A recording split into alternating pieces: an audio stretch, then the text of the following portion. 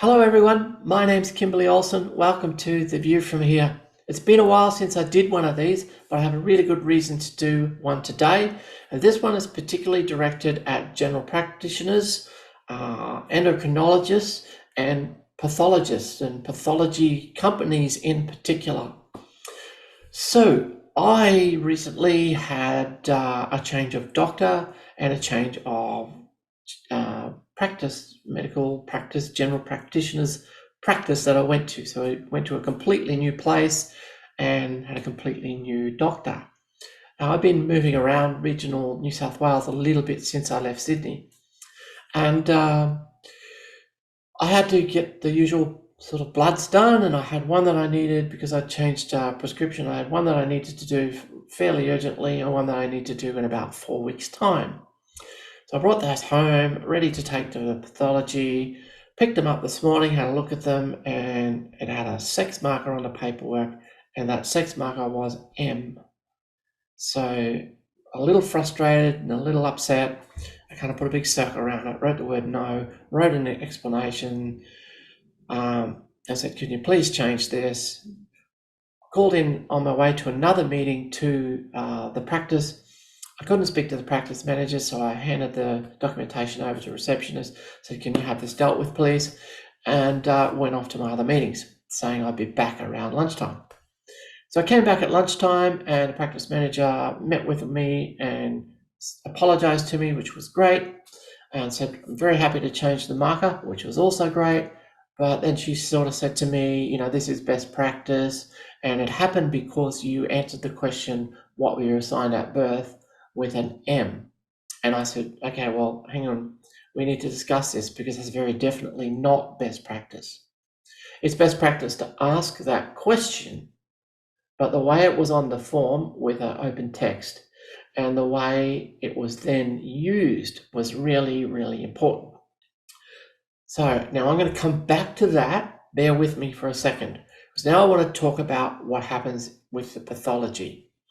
So I've had a couple of different situations occur, and my argument is that the marker, M or F or whatever else, does not need to be on the pathology form at all, and it needs to be removed. I'm yet to have any pathologist or any pathology company convince me that it provides any value at all. Now, I have heard the arguments about it, but I have not been convinced. So first of all, let's talk about what those arguments are. The argument in particular is that if we do certain blood tests, then what gender we're assigned at birth might have a bearing on what are the normal ranges. And we provide a printout, say the pathologists, with the results and the ranges. And my response to that is, stop doing that, okay? Either provide all of the ranges for everybody, making no assumptions about sex assigned at birth, or don't provide them at all and make the doctor do some research or make the doctor consult with an endocrinologist. That would result in better practice overall. Doctors would become more knowledgeable, and in any case, very often the ranges that are specified may not be appropriate for certain people, and that's just an assumption that they are.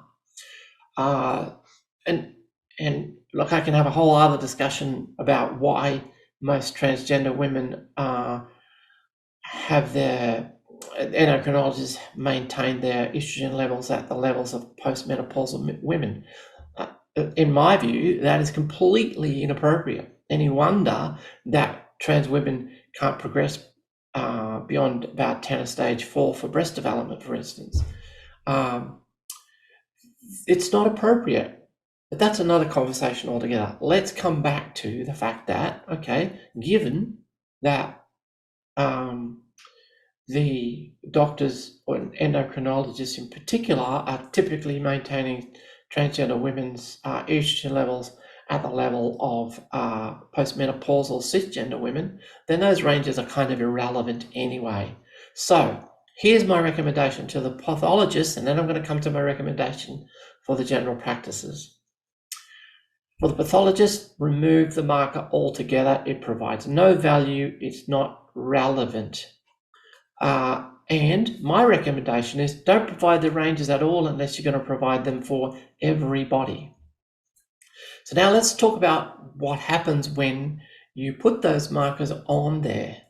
Okay, so in my case, I want to talk about when I did get my choice on the paperwork, and this is why it should be removed altogether.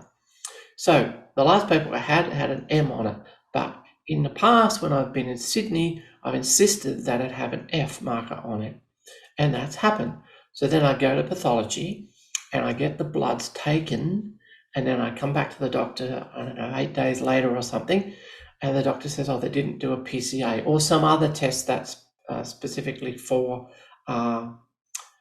trans women or cisgender men. So PCA relates to prostate.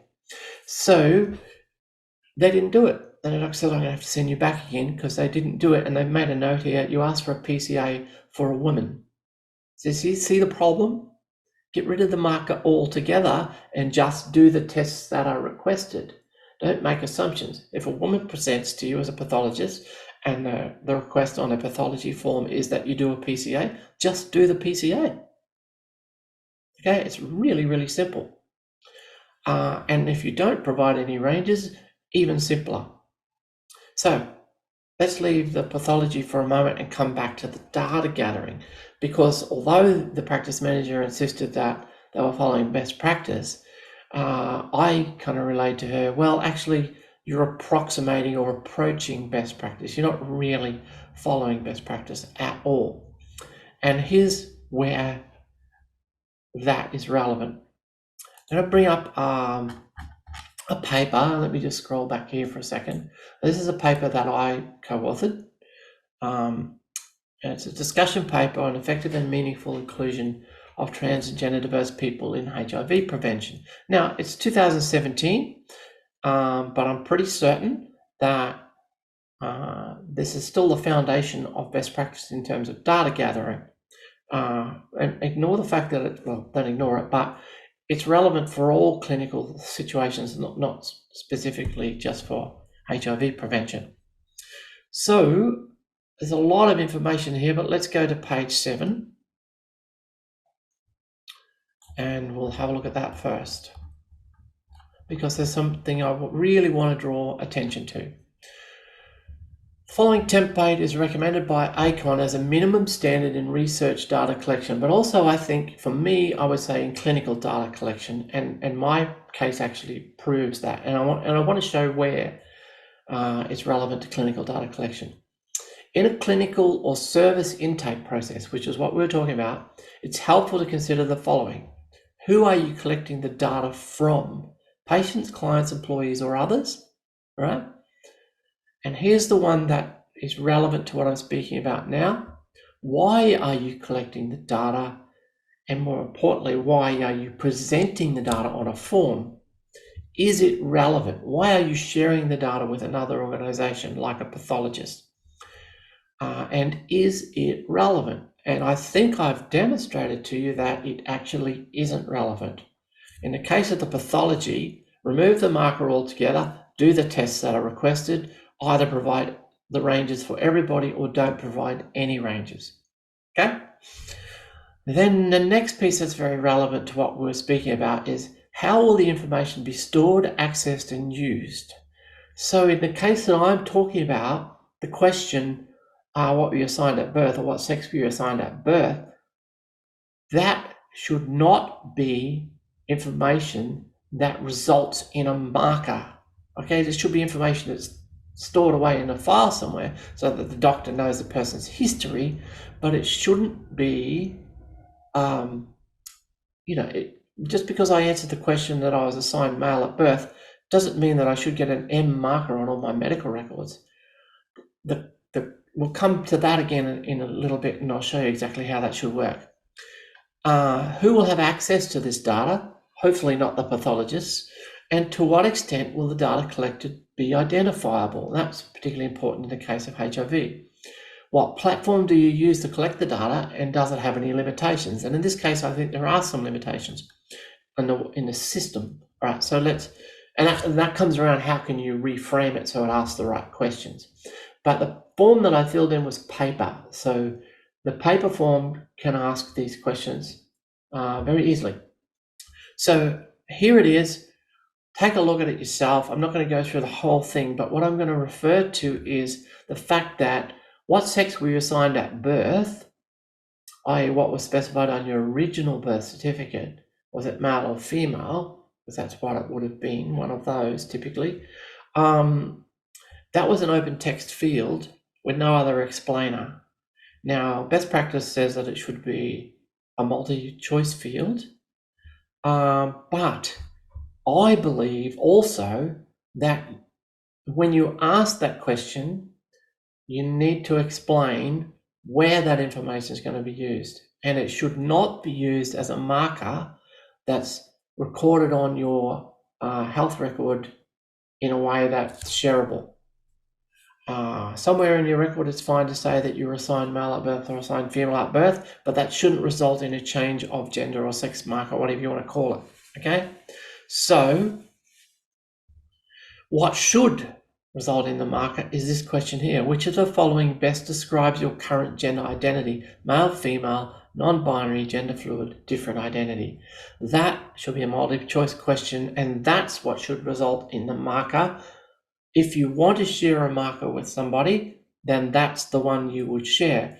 My argument, though, is in the case of pathology, it's absolutely unnecessary to share any marker at all, and I would insist that it be removed altogether, and I've explained that already. Anyway, I hope that's all really helpful to you all. Now, don't forget, you can talk to Pride in Health and Wellbeing, you can talk to ACON, and you can talk to me. I'm a consultant in this space as well, and I certainly do consult with ACON, and I certainly do consult with Pride in Health and Wellbeing, where people will ask me questions around things that I might not have current information about in terms of best practice, but these are my recommendations, and if you need to come and have a talk to me, you can look me up or give me a call, and I'll be very happy to help you out. Thanks very much. Bye.